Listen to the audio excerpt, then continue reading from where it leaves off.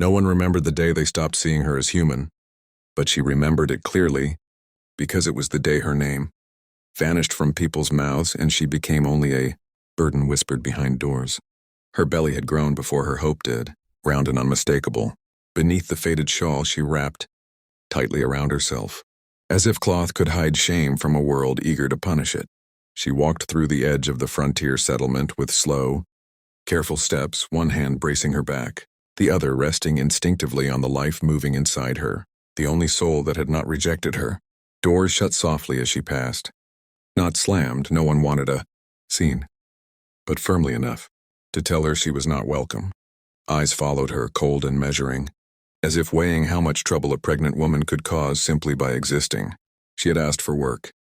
She had asked for shelter. She had asked for nothing more than a place to rest until the child came. And each time the answer had been the same, delivered without cruelty but with something worse, indifference. By the time the sun leaned westward and the wind sharpened, she no longer knocked.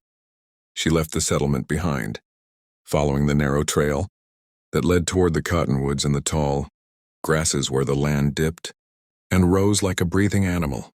Every step hurt. Hunger gnawed at her, but worse was the quiet certainty that if she stayed among people who saw her as a stain, she would not survive the winter or the birth. The world had taught her that rejection was not loud. It was patient. It waited until you had nowhere else to go. She did not know she was being watched. Beyond the tall grass, hidden among the willows and the natural folds of the land, men waited in silence. Nets lay coiled at their feet, weighted and ready, ropes looped with practiced hands. These were not hunters seeking food. They were trappers of a different kind, men who sold fear and bodies for coin, men who knew the paths Lakota families used when traveling quietly through contested land.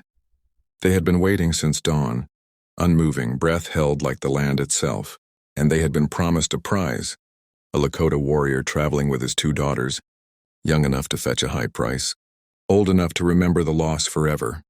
The Lakota warrior moved, with the calm of someone who had survived too much to fear shadows. His daughters walked close, one on each side, their braids swinging gently as they stepped where he stepped. He had taught them to listen to the earth, to feel danger before it spoke. But nets did not make sound until it was too late. When they fell fast, weighted cords dropping from above and snapping, tight around shoulders and arms, pulling the girls off balance. The warrior roared, reaching for his knife, but another net came down, tangling his arms, biting into muscle and bone. He fought like a storm contained in flesh, but storms could be bound. And today the men were ready. The woman heard the struggle before she understood it. A sharp cry cut through the grass, followed by the unmistakable sound of bodies hitting earth, of ropes snapping taut. Her first instinct was fear. She was alone. She was heavy with child. She had nothing to offer violence except her own breakable body. She should have turned away. Everyone she had met that day would have done so without hesitation. But something held her feet in place. She crept closer, keeping low, heart hammering so loudly she was sure it would betray her. Through the reeds, she saw them, the nets, the men, the warrior straining against restraint, his daughter's eyes wide with terror but silent, as if already taught that sound could be punished. The woman's breath caught. She knew what happened to captives. She had heard the stories whispered by women who had survived other kinds of taking. She looked down at her belly, at the life she was carrying into a world that had already turned its back on her, and something fierce and unexpected rose in her chest. No one had chosen her. No one had protected her. But she could still choose to act. She did not shout. She did not run. She waited. The men argued in low voices, deciding the fastest route back, complaining about weight and timing, already counting money that had not yet touched their hands. One of them moved off to relieve himself, stepping away from the group, his rifle propped carelessly against a tree. The woman watched his movements, memorizing them, breathing through the fear that made her hands shake. She moved when the wind rose, when the grass hissed loudly enough to hide her steps. The rifle was heavy, unfamiliar, but she did not lift it. She only tipped it, letting it fall into the mud with a soft, useless thud. She crept back, heart racing, then moved again, this time toward the ropes stacked near the nets. Her fingers fumbled, slick with sweat, but desperation sharpened her focus. She loosened knots. She cut fibers with a small, dull blade she had carried since leaving home. A blade meant for bread and cloth, not rescue. A shout went up. One of the men noticed the slack in the net around the warrior's arms just as the Lakota man felt it too. He surged forward with renewed strength, tearing free as one of the ropes snapped entirely. Chaos exploded in the grass. The daughters scrambled, the warrior lunged, and the woman, forgotten, unseen, stepped from hiding long enough to slice the final binding holding the younger girl. Their eyes met for the briefest moment. The warrior saw her swollen belly, her shaking hands, her fierce resolve. She saw his understanding and his gratitude. He did not speak. There was no time. He gathered his daughters and ran, disappearing into the land as if the earth itself had opened to take them back. The men shouted and fired wildly, but the shots went wide, swallowed by distance and fury. The woman did not run fast enough. A blow caught her shoulder, spinning her to the ground. Pain flared white and blinding. She curled instinctively, protecting her belly as boots surrounded her. Someone cursed. Someone else laughed, sharp and ugly. She tasted blood and dirt and fear, and for one terrible moment, she wondered if saving strangers had doomed her child. Then the land answered. A cry rose from the trees, deep, commanding, answered by another, then another. The men froze. They knew that sound. They scattered, fear replacing greed as quickly as greed had replaced conscience. When the silence returned, the woman lay shaking in the grass, tears sliding silently into the soil. She had been rejected by people, but the land had seen her, and somewhere beyond the trees, a Lakota warrior carried his daughters to safety, alive because a woman no one wanted had chosen courage. As night fell, the woman pushed herself upright, every movement agony, but her hand found her belly, and the steady rhythm beneath it told her she had not lost everything. She did not know yet that this single act would change the course of her life. She did not know that gratitude among the Lakota was not fleeting, nor that destinies once intertwined, rarely separated cleanly. She only knew this. For the first time since rejection had driven her into the wild, she felt like she mattered. And the story was only beginning.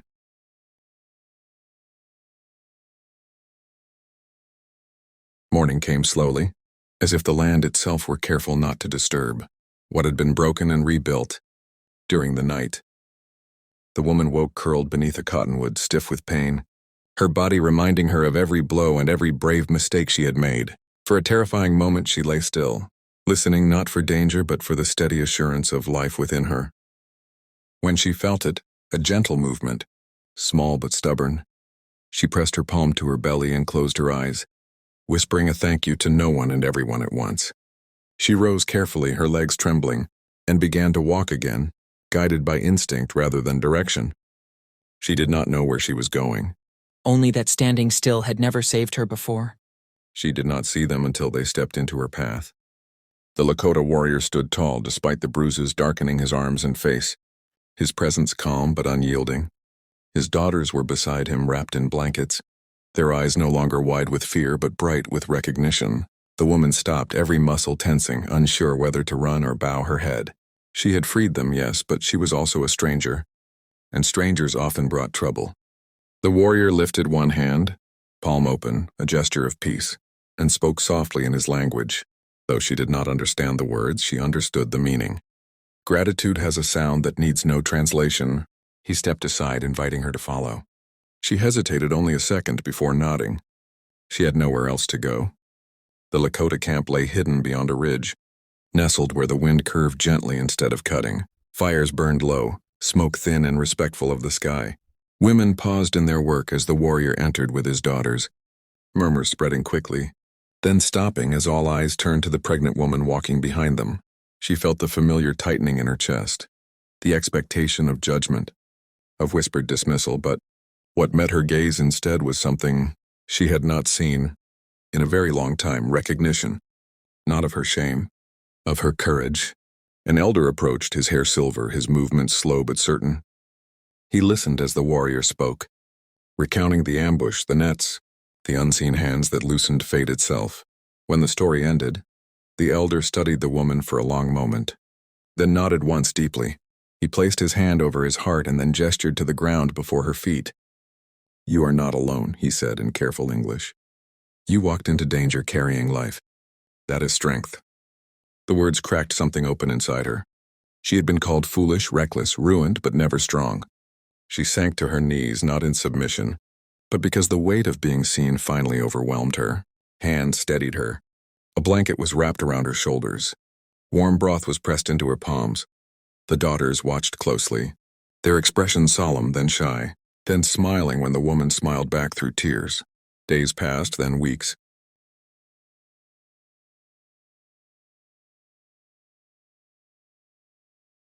Her body healed slowly, but her spirit healed faster. She learned the rhythm of the camp, the way mornings began with quiet purpose and evenings with shared stories. She worked when she could, rested when she had to, and listened always. The daughters followed her often, fascinated by the baby growing beneath her hands, asking questions in gestures and broken words. She laughed more than she had in years, surprised each time by the sound of it, as if laughter were something she had borrowed and forgotten to return. When the night of the birth came, the sky split with thunder and rain washed the land clean. Women gathered, voices strong and steady, guiding her through pain that felt endless but purposeful. She screamed, she cried, she nearly broke, but she did not break. When the child finally came into the world, strong, lunged, and furious, the storm outside eased as if satisfied. A daughter. The elder named her with words that meant born of courage. The Lakota warrior stood outside the lodge, his daughters beside him listening to the newborn's cry. He felt something settle in his chest that had not been there since before the ambush. Not relief, but responsibility. When he was invited inside and saw the woman holding her child, exhaustion and triumph etched equally across her face, he bowed his head. A life had been saved by her hands. Now a life had been born among them. Seasons turned. The woman stayed. She was no longer the rejected one. She was a sister, a protector, a reminder that courage does not always arrive with weapons or armies. Sometimes it comes quietly, carrying life, stepping into danger when the world says to look away. The daughters grew taller, stronger, and when they ran without fear. And the woman, once turned away by every door, found herself at the center of a circle that did not break. Stories of that day traveled farther than she ever would. They were told by firelight, passed to children who would one day face choices of their own. And each time the lesson remained the same. The smallest act of bravery can untangle the deadliest trap. If this story moved you, if it reminded you that unseen strength can change destinies, then subscribe to the channel. More stories like this are waiting to be told. Stories of courage, redemption, and the quiet heroes history tried to forget. Stay with us and let these stories continue to live.